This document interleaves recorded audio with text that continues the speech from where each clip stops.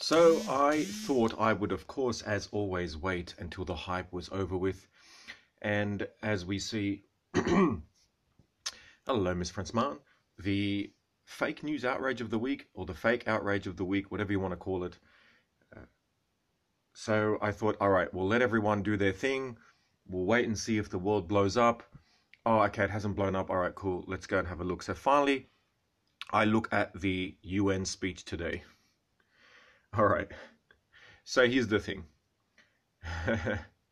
Quick as a wink. Is what the POTUS said, does that sound horrifying? Does that sound ridiculous? Does that sound inflammatory? Boa noite. Sure, all of the above. Is it embarrassing for Americans? Probably, for at least half of them. All of the crap you would expect someone on my side, the free spirit liberal side, to say. Now, this is where I draw the line. Where do I draw the line? I draw the line when people actually pretend to be outraged like this is something that the POTUS has not done before, that this is not deliberate, and this is not exactly part of his strategy, which has been his strategy since he was in his 30s, even before that, when he wrote his book, The Art of the Deal. The goal is for him to say something ridiculous and outrageous, to push people as hard as possible. You could agree less. That's good. And get to the point that brings everyone closer to his side, and then he will come back and meet them, and it looks like he has settled down. Nothing has changed. I don't know what else I can say. I say as long as the elitists in their smug suits like to pretend that they actually are on the side of liberals or free speech or anything like that, that is going to keep the underground conservative mover and the Trump supporters, it'll keep that fuel burning. So what can I do? I don't even know what to report. I'm sort of not even interested because it's like, what else, located it, well done. Yeah. I don't know. I mean, is there anything else I can say? Is there anything that's different to what I've been saying every single other time about how the whole system has worked? Is this different from anything he's ever done in any business he's ever been in? No. Is this different from how Napoleon III worked? No. It's nothing has changed. Humanity itself doesn't change, and it thinks that it has, and that's where humanity, I think, is flawed. It's interfering. No, that's okay. Don't be silly. I might not stay too long anyway, because I don't really know what to say, except for the fact that humanity thinking that it has somehow changed from how it was 200 or 2,000 or 20,000 years is the reason that we repeat our errors in identical fashion. It's like clockwork.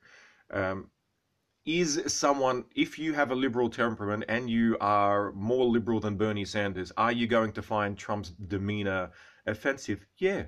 Does that mean that he's going to blow up the world? No. In fact, we've already gone through this many times. His rise is nothing to do with him. It has to do with the fake outrage and neo-elitism that hijacked my side.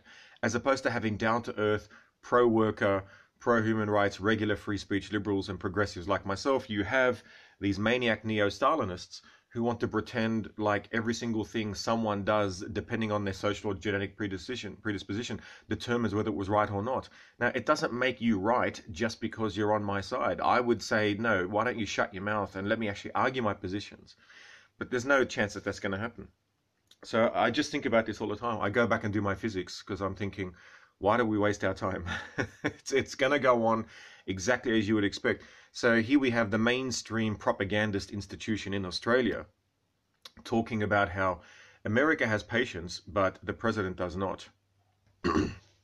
Yeah, there's not even a point. I feel like going through all of the facts, but there's no point because, as I said, number one, facts at Gapversity don't care about our feelings. But that's also why most people don't go to Gapversity. Why would people listen to that? Now, I'll give you another example. Every single person, right, that I've noticed so far that I have triggered from every genetic and social predisposition, age, sex, biology, culture, language, in the world, demographics, all of that stuff. You know me, I love to try and trigger people. I don't care who they are. That's my goal.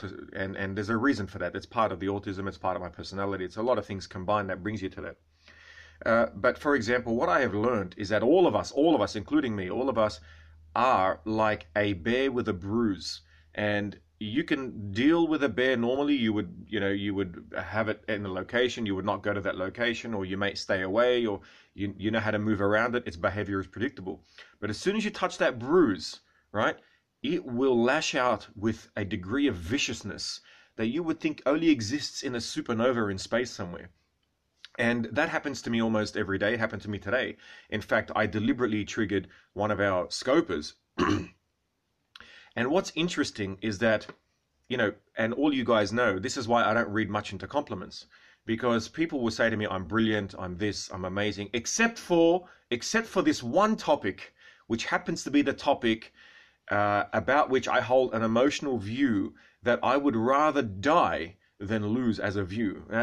And you see this with everyone, and it makes humans the same, right? So some people it's their Catholicism, some people it's their Protestantism, some people it's their anti whatever it is, like some other religion. Some people it's when you talk about their children. Some people it's when you talk about how they raise their children. What do you know? You don't know anything, etc. Even though and you could say, and you've heard in my other podcasts, I might say to someone who is of the Hebrew faith, I might say, I don't know what it's like to be Hebrew, right?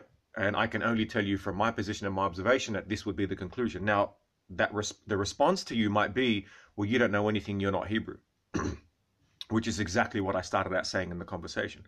And that's not anyone's fault at all. All of us have this within us, right? I always like the last word according to my sister. Okay.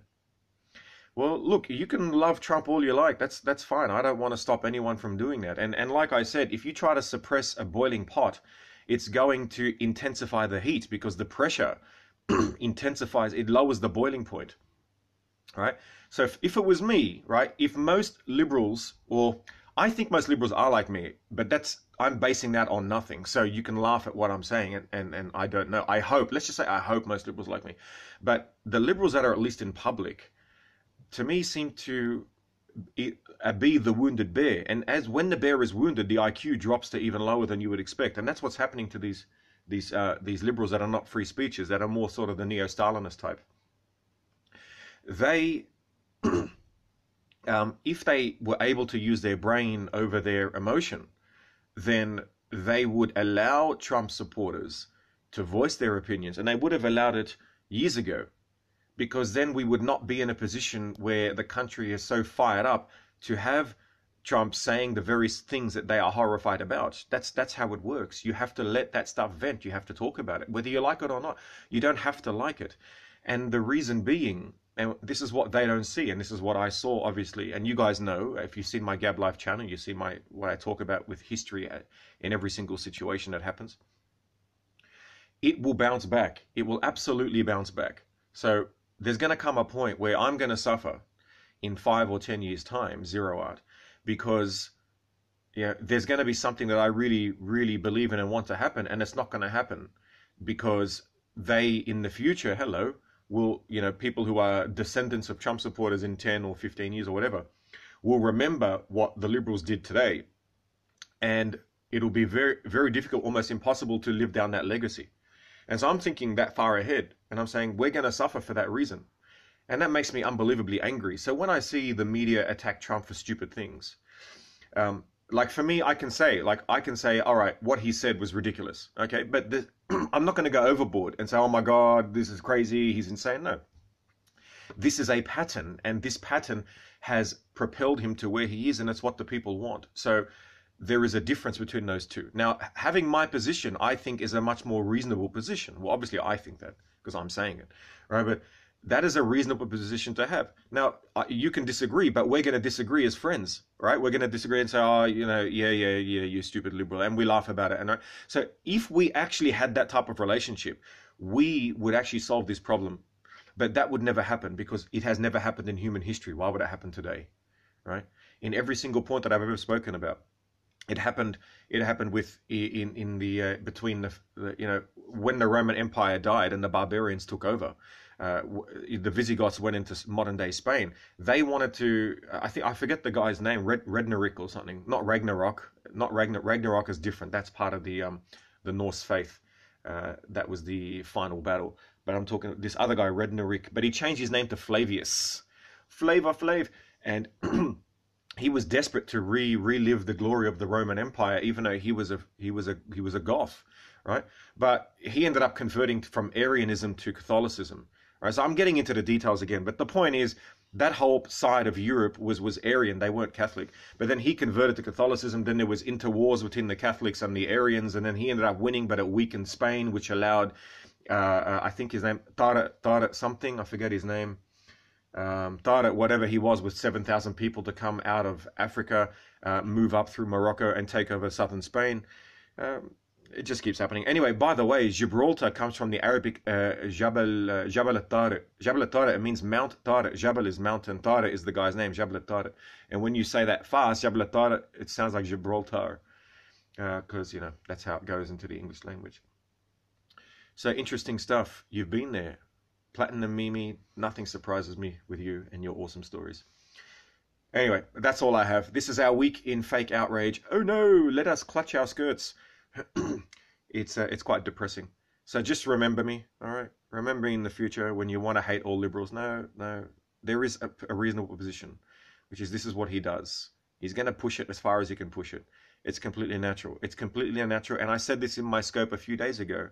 I said his job is to want to scare the crap out of the enemy, and he's going to make them think that the US is scared of his decision, and that's exactly what he wanted. If you remember, I said that, right? A monkey stole your bag in Morocco. You mean a real monkey, right? Oh, that's too funny. Anyway, that's our week in fake outrage. I'm going to go because I feel like my IQ just drops like 50 points when I talk about this stupid shit. Anyway, love you all. Biggest love to my GoFundMe and Patreon members, man. We're going to hit it big pretty soon. It's going to be good.